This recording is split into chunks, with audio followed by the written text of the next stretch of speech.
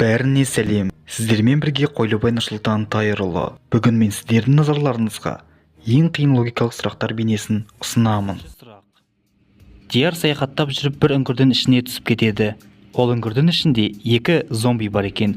Қуанышқа орай Диярдың қалтасында сиқырлы күш беретін 3 дәрі бар екен. Алайда ол 3 дәрінің біреуін ғана іше алады. Егер де бірінші дәріні ішетін болса, өте дәу болып кетеді.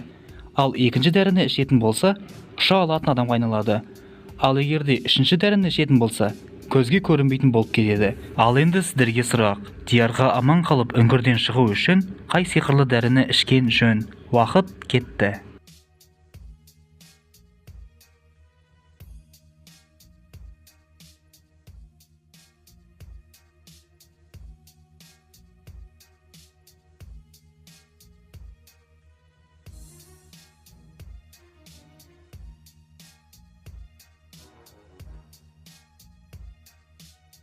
Жауабы: егер де Дияр көрінбейтін дәріні ішетін болса, ол бәрібір де үңгірден шыға алмайды.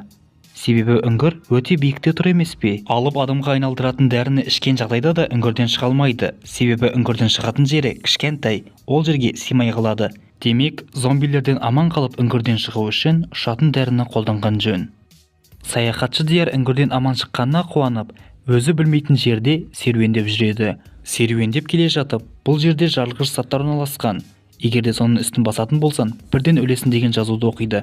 Бұл жарылғыш заттар жердің астында орналасқан және адамға көріне бермейді. Дияр жарылғыш заттар жасырылған жердің тура ортасында тұр. Ал енді сіздерге сұрақ. Диярға аман қалу үшін не істеу керек?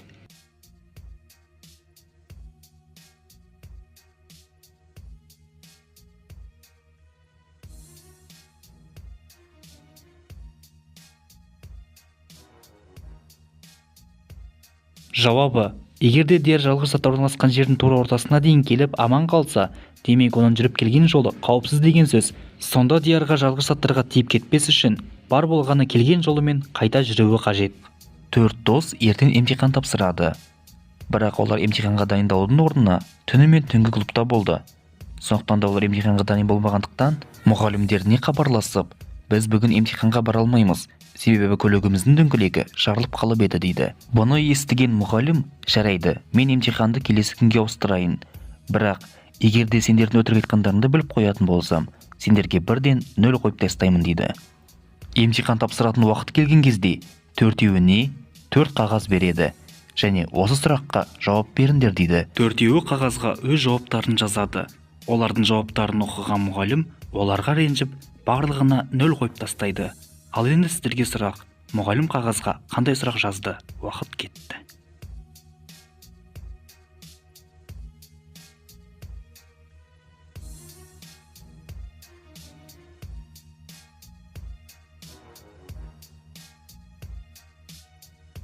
Жауабы: мұғалім қағазға көліктің қай дөңгелегі жарылып еді деген сұрақты қойды. Төртеуі алдын ала ақылдасып алмағаннан кейін әртүрлі жауап жазды. Осылайша мұғалім олардың өтірік айтқандарын біліп қойып, барлығына 0 балл қойып тастады. Дияс ұзын ғимараттың 24-ші қабатында тұрады. Ол үйінен мектепке дейін бару үшін 24-ші қабаттан 1-ші қабатқа жеделсаты арқылы түседі. Ал мектептен үйіне баратын кезде 1-ші қабаттан 18-ші қабатқа дейін ғана жеделсаты арқылы мінеді. Ары қарай 18-ші қабаттан 24-ші қабатқа дейін баспалдақ арқылы көтеріледі. Ал егер де жеделсатының ішінде адамдар болса, 24-ші қабатқа дейін көтеріледі. Ал енді сіздерге сұрақ. Дияс неге бұлай істейді? Ол 24-ші қабатта тұрса да, неге 18-ші қабатқа дейін ғана көтеріледі?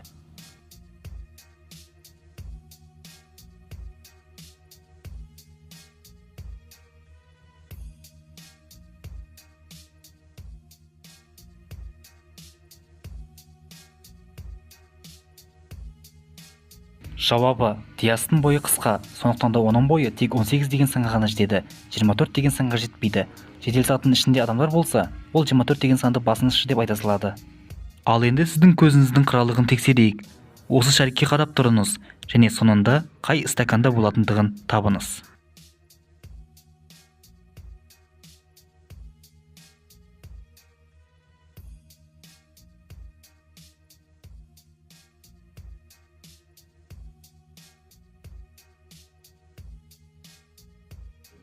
Жауабы: Шарик ортаңғысында.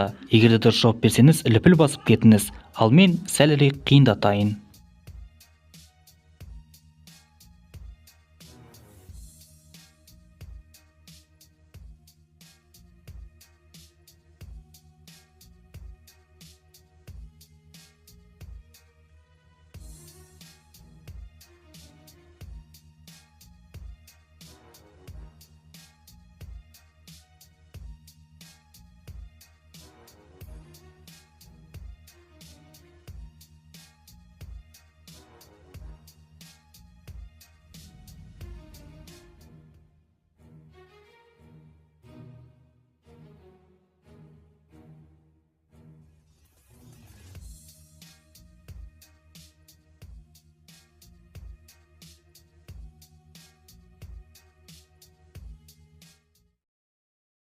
Орманның ішінде адасып жүрген Расыл бір үйді тауып алды. Ол үйдің ішіне кірген кезде есіктердің барлығы жабылып қалды. Ол үй сиқырлы үй екен. Енді ол үйден шығатын тек 4 қана есік бар. Бірінші есіктен шығатын болса, жабайы адамдарға тап болады. Ол жабайы адамдар Расылды жеп тастайды. Екінші есіктің ар жағында аш қасқыр мен аш арыстан отыр. Ал үшінші есікте барлық жердің барлығы өртеніп жатыр екен. Ал төртінші есіктің ішінде жүздеген улы жыландар отыр. Сиқырлы үйдің ішінде қамалып қалған Расылдың қолында ішінде бір оғы бар, мылтық қана бар. Ал енді сіздерге сұрақ. Расылға бұл сиқырлы үйден аман шығу үшін қай есікті таңдаған жөн?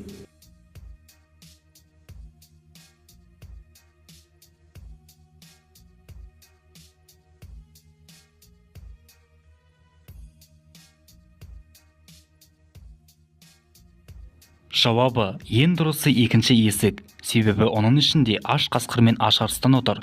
Олардың екеуі де аш болғандықтан бірін-бірі жеп тастайды. Ішінде тек қана бір ғана аң қалады. Ал Расылдың қолында бір оғы бар, мылтық бар. Ол сол арқылы тірі қалған аңды өлтіріп тастап, сол есік арқылы сиқырлы үйден аман шыға алады. Айсұлтан түнгі клубқа кірмек болды. Бірақ түнгі клубқа кіру үшін сұраққа дұрыс жауап беру керек екен. Айсұлтан күзетшінің жанына жақындаған кезде күзетші оған 8 деді. Айсұлтан жауап бере алмағандықтан күзетші оны қуып жіберді. Күзетшінің жанына Назерке жақындаған кезде күзетші оған 8 дейді. Назерке оған 5 деп жауап береді. Назеркені күзетші кіргізеді. Келесі адам келген кезде күзетші 6 дейді. Келген адам 4 деп жауап береді. Күзетші оны да кіргізеді.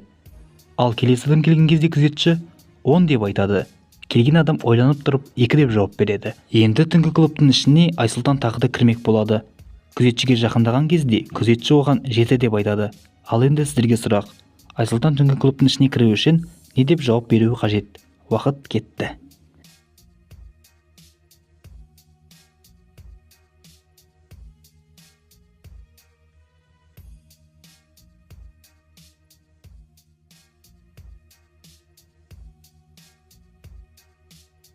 Жауабы, Айсұлтан 4 деп жауап беруі қажет. Сонда күзетші оны кіргізеді. Бұл сұрақтың шешімі мынандай. Алғаш келген адамға күзетші 8 деген етін, ал 8 санында 5 әріп бар.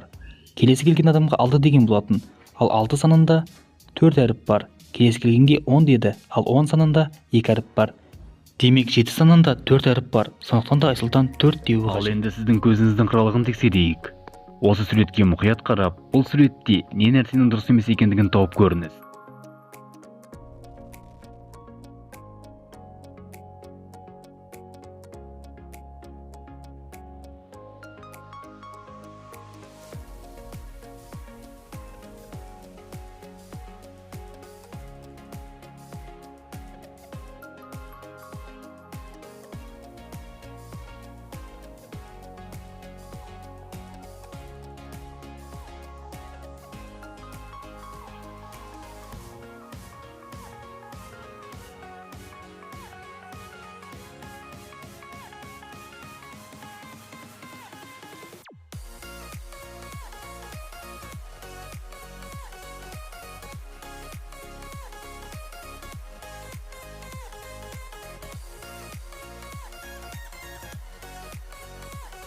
Осы суретке мұқият қараңыз. Қалай ойлайсыз? Бұл суретте кім ақымақ?